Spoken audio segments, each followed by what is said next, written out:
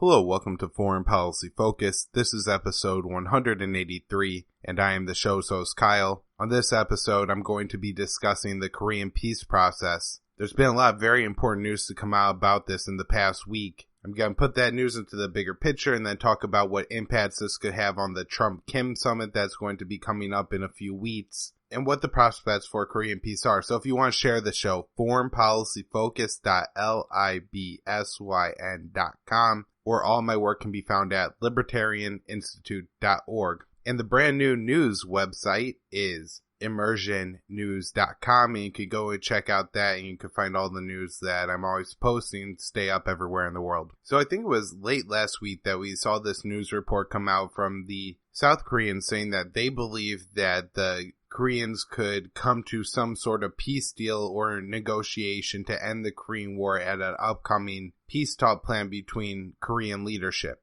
Now, immediately that seemed overly ambitious to me, just because that the Americans are signatory towards the peace deal or the armistice and are part of the Korean War that, by all technical accounts is still going on. If you look at the very least, the Cold War that has been maintained between South Korea, the United States, and North Korea over the past 60 years or whatever it's been now, certainly warrants labeling as some sort of, conflict or dispute. Now, at the beginning of 2018, with the Winter Olympics coming up, the Koreans got together and worked out a deal kind of in spite of the Americans, although if you look at the reporting, the Americans did agree to tone down and postpone the war games till after the Olympics were held. So at the very least, we didn't actively do everything in the United States' power to provoke conflict between the Korean people before the games. However, the Koreans marched into the Winter Olympics under one banner. They competed on a couple dual teams, and it didn't end there. It continued, and this is the great part, and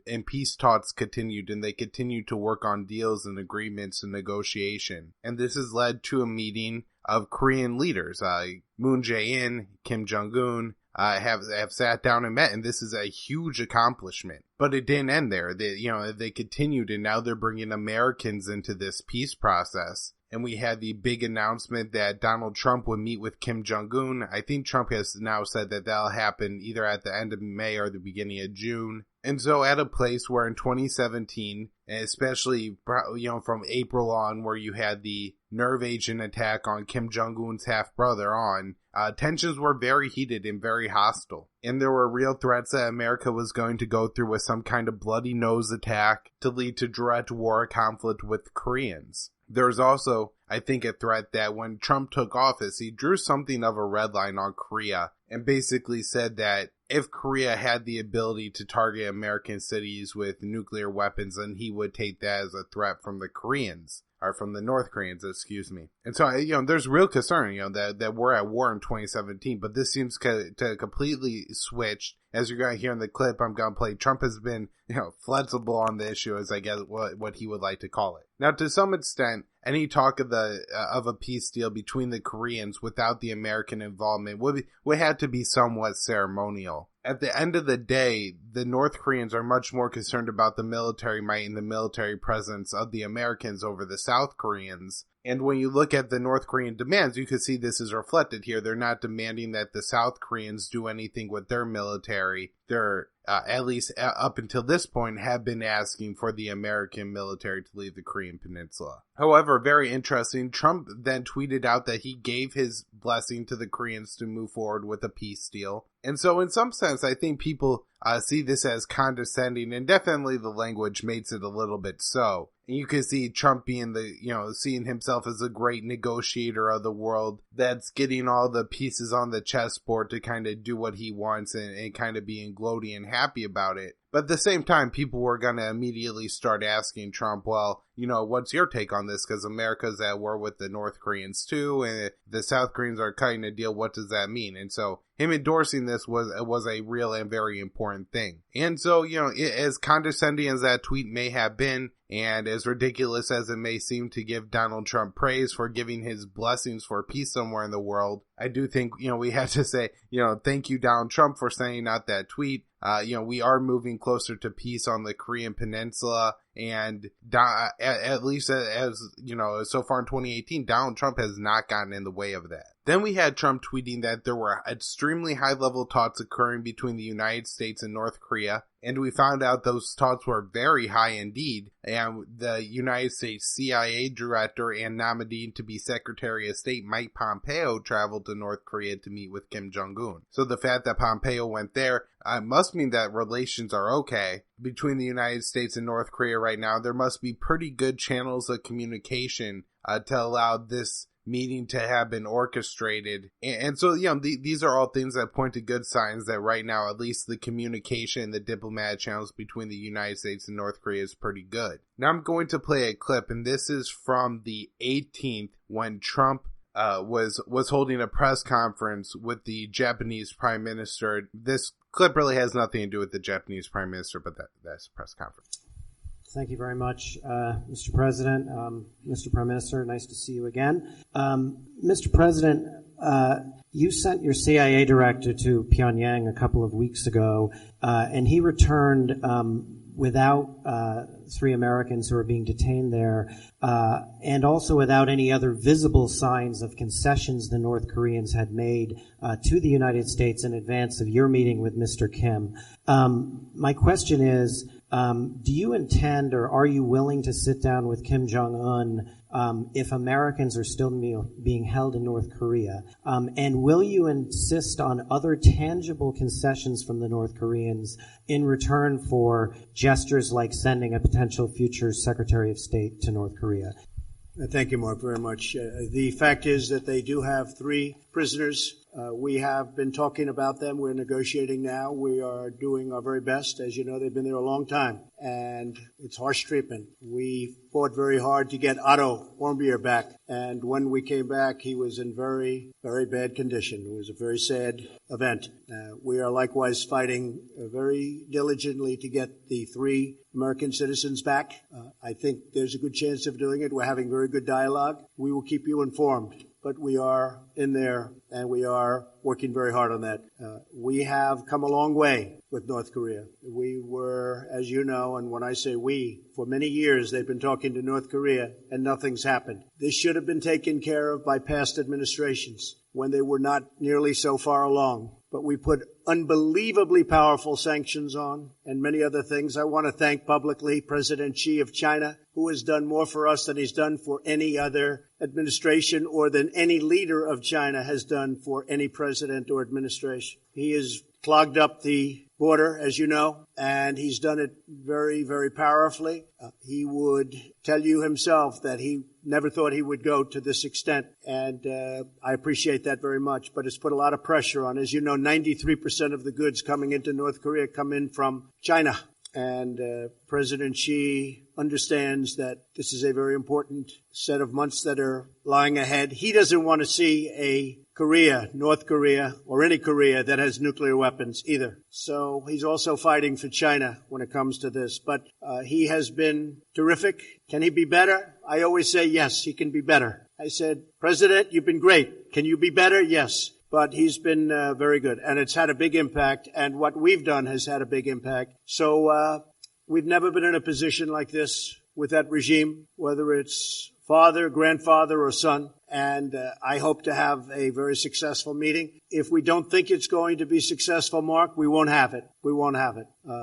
If I think that it's a meeting that is not going to be fruitful, we're not going to go. If the meeting when I'm there is not fruitful, I will respectfully leave the meeting and we'll continue what we're doing or whatever it is that we'll continue, but something will happen. So I like always remaining flexible and will remain flexible here. I've gotten it to this point. President Moon of South Korea was very generous when he said if it weren't for Donald Trump, the Olympics would have been a total failure. It was my involvement and the involvement of our great country that made the Olympics a very successful Olympics. If you look at ticket sales prior to what took place with respect to North Korea, it was going to be a big problem, and it turned out to be a very successful Olympics. So we've gotten us here, and I think we're going to be successful. But if for any reason I feel we're not, we end. Okay? Thank you, Mark. All right, so a little bit of a longer clip, but let's start back with the question. And I think the question is important because this is the kind of rhetoric you get out of that never Trump crowd, where even if this is something to celebrate and a good thing that we're moving towards Korean peace, And these are the same people a year ago saying that Trump was too belligerent and too ham-handed to navigate the Korean situation and would lead to a, nuclear strike or nuclear war with North Korea. Well, now they're saying you're going to enter into these talks with Kim Jung Un and you're not going to get enough. Look, you just sent Mike Pompeo, who's a CIA director and would-be director of the State Department, Secretary of State, if he gets confirmed, which, hopefully he doesn't. Call your congressman if they're thinking about voting for him, by the way. And you don't get anything back. And so it's not possible that Mike Pompeo was, discussing logistics at this, meeting with Kim about the potential Trump-Kim summit that's coming up as CIA director. But this is some grand overture to the North Koreans that's going to give them legitimacy, and the North Koreans are taking advantage of us if they don't give us some big concession every single time an American talks with one of them. And it's just a completely ridiculous narrative, but I think they're trying to set the standard so high, and they're trying to set the bar and make it so high and unachievable that no matter what Trump goes and what happens at this summit, it won't be enough to live up to expectations, and they could call it a failure. And of course, this is a way for them to score a point against Donald Trump. But it's a much more serious situation here because we're talking about the lives of, millions of people on the Korean Peninsula. And I could just imagine, had these people had gotten on the plane with Mike Pompeo and came back, or if one of them had came back, well then why not two? Why not three? Why didn't they load a nuclear weapon? Why didn't they load one of their missiles on the plane? There would have always been something that, it's never that the North Koreans could concede enough up front before talks. And this is always the position of the Hawks. As to the actual question, Trump more or less dodges it. He says, we're in negotiations. We're talking about very sad what happened with Otto. But he talks about that we've never been in a position like this before. And this is a time where I think Donald Trump is making a little bit of sense on negotiation, saying that, hey, you don't have to get everything up front. You build a relationship and you leverage that position rather than just rushing in and demanding that the North Koreans make all these concessions up front. So hopefully Trump is able to apply what, he has in this one little narrow situation with the whole denuclearization process with North Korea. One thing that I hope Trump understands is there's going to have to be like this trust but verify aspect likely for the North Korean. I highly doubt it'll go like John Bolton suggests by loading all the nuclear weapons onto American ships and taking them out 2 weeks after the summit. The North Koreans are probably going to look for a little bit more of a security guarantee and a little bit more of a process to verify that the Americans want to live up to their end, especially because this meeting is going to be occurring in the wake of Trump's decision on the Iran nuclear agreement. And even if Trump decides to remain in that agreement, I'm sure he's going to continue to threaten to leave. And this has to be a warning sign for the North Koreans who are looking at signing a nuclear agreement with the Americans. But one thing Trump isn't right about to say we've never been in a position like this before is that there's actually been times when North Koreans and Americans have been able to enter into nuclear agreements, and this was the 1994 Green Framework negotiated under Clinton. In this deal was before North Korea had nuclear weapons, but what it was an agreement to is to make sure that North Korea, along with being within the Non-Proliferation Treaty, also puts additional safeguards on their nuclear program to ensure that they don't move too close to nuclear weapons. And in exchange, the Americans were going to give the North Koreans some nuclear reactors and some fuel to make up for the fact that they weren't going to having more enriched levels of plutonium and uranium in bigger reactors and stuff like that. Now, it seems that both the Americans and the North Koreans were cheating on this deal. However, progress was being made in negotiations between the North Koreans and the Americans. And in fact, there's been reporting that there was very close to a deal being signed between Kim Jung Un's father and President Clinton in around 2000. Now, one of the most unfortunate events in history is George Bush being elected. And one of those many reasons for it being a very unfortunate event is that in 2002, the United States backed out of the Green Framework, which we had with North Korea. One of the point men on this was, of course, Trump's new national security advisor, John Bolton. And so America in the past has been in a position to negotiate with the Koreans, but it's been, in part, the Americans' fault that those negotiations didn't work out better. And you could specifically put some of the blame on Trump's national security advisor, John Bolton. Now, in that clip, Trump mentions that past presidents didn't do much. However, this is really only true of the past president. As we saw with Bush, he, was hostile towards the North Koreans, and Clinton tried to make peace. However, Obama's policy was pretty much that the North Koreans agree to denuclearize and start to get rid of their nuclear weapons, then we'll talk to them. And of course, this policy wasn't going to go anywhere, and we've seen with the Trump administration, this policy really didn't go anywhere. Now, one of the mistakes I think Trump makes is pinning all of his success here on his maximum pressure policy. I think a lot of the success has to do with the South Korean president Moon Jae-in. Now remember, I think it was in October of 2017 that the former South Korean president, I forget, something Park, and she's actually been sentenced to quite a substantial jail term now for her corruption. But in the wake of that, Moon Jae-in was elected in part on a platform to increase peace with the North Koreans. And this seems to be a long-standing belief of Moon Jae-in as he took part and encouraged the Sunshine Policy under a previous South Korean administration that he was a part of. Of course, the Sunshine Policy was this policy between North and South Korea where they had joint factories and joint villages and people were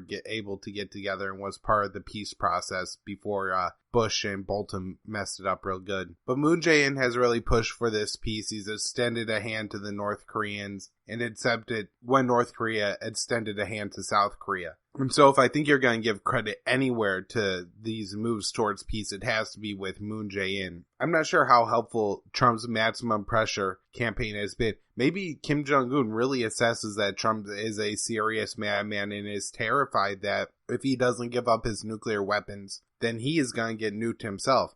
I can't rule out that possibility, but it does seem to me that Kim Jong Un's strategy here was to get nuclear weapons as to be a deterrent for the Americans. Now, maybe he feels that he could trade away those nuclear weapons and still hold on to the military capabilities that North Korea had before, which they have a very significant amount of artillery pointed at Seoul. And if the Americans, I guess, were to move off of the peninsula, it would make sense that that would be enough of a deterrent to protect themselves from the South Koreans. So I'm not sure if that's the game that the North Koreans are playing here. But it does seem like they were seeking nuclear weapons for strategic reasons, and I'm not quite sure that they were scared by Trump. One of the things that's scary to me is that Trump seems to be taking that as his takeaway, and I'm sure a lot of other world leaders like Moon Jae-in, and as Trump mentions, Xi from China, tend to give Trump a lot of reward and praise, to get within Trump's good graces. And I'm sure Trump has a lot of yes men around him who are telling him, yes, absolutely, the reason this is going well is your maximum pressure campaign, Mr. President. Your idea was brilliant. But like I said, I think Moon Jae-in deserves a lot more of the credit. Last thing is, just before I recorded this show, so April 19th, we got an announcement that President Moon of South Korea said that the North Koreans are willing to give up to denuclearize without American troops leaving the Korean peninsula. And so this has long been a sticking point in the negotiations. The Americans have always insisted on maintaining a military presence. However, the North Koreans want security from the Americans, and so if America has tens of thousands of troops in South Korea on the North Korean border, then that's something that doesn't make the North Koreans feel very secure, but maybe they're going to figure out a way to negotiate around this, and hopefully they do. So this would be a big step in the right direction. As you heard, Trump kind of saying that I'm going to engage in the talks as long as the talks are going to be fruitful. So at least as of now, Trump must have the understanding that the North Koreans are willing to make concessions that are acceptable to Donald Trump. And I guess only Donald Trump knows for sure what those are, but it is looking like we're going to get some potential peace here and steps in the right direction in Korea in the coming months. Of course,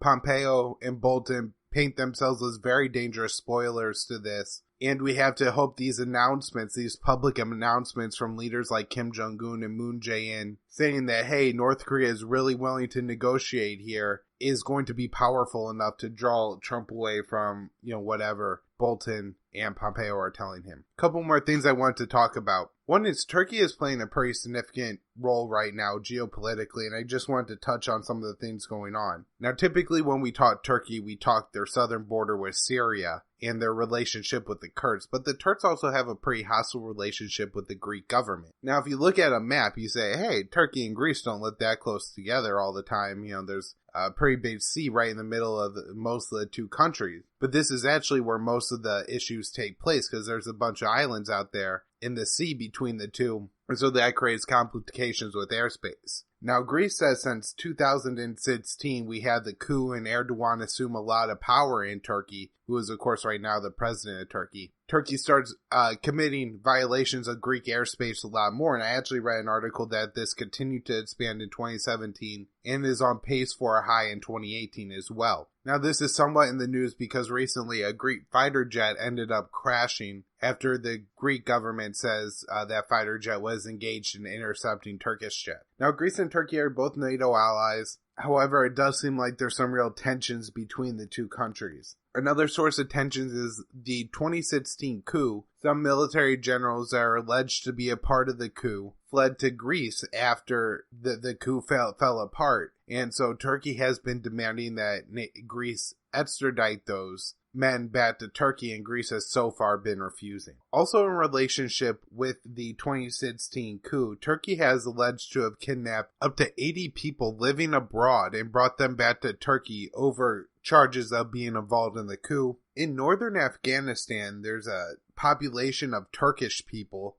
not necessarily residents of Turkey, but of Turkmenistan. And I guess there was a program with a group of Turkey, or an ideology in Turkey known as the Gulenists, and this is who the leader of Turkey, Erdogan, claims was behind the 2016 coup against him. However, there's, some debate about that. Anyways, these Gulenist schools have been taken over by the Erdogan government and are now teaching a different ideology in those schools. And so this is just another case of Turkey acting pretty recklessly abroad. Now, when we get into the Syria situation with Turkey, the issue here is obviously the United States support for the YPG. And I've reviewed this in more details in the past. But Turkey has been walking a very careful line between the United States and our Gulf Arab allies, as well as Iran and Russia, who Turkey has various dealings with. Turkey has agreed to purchase the S-400 missile system from Russia, and Turkey and Iran have agreed to work together to resolve the situation in Syria, and seem to also be working together to provide assistance for Qatar, who has been cut off by the rest of the Gulf Arab countries. And so this all puts Turkey in a really precarious position, and Erdogan, who at times seems like an absolute madman, in a position of a lot of power. And so this is definitely something that we shall keep our eyes on. Alright, that's where I'm going to wrap up the show for today. I hope you all enjoyed the shows this week. Let's hope for some peace in Korea, and that, things tend to generally move in a direction towards peace, because, I'm sure that's what most of the listeners of this show want, and that's really what I want. If you want to spread the message, foreignpolicyfocus.libsyn.com, libertarianinstitute.org, immersionnews.com. YouTube is Immersion News is the account name, same on BitChute. The show's on Spotify, iHeartRadio, iTunes, and Stitcher. Give me a rating and review in any of those places. Also using Minds as an alternative social media account. It's really cool. And then Facebook is Libertarian Union, and Twitter is @KYAAALE. Thanks, everyone.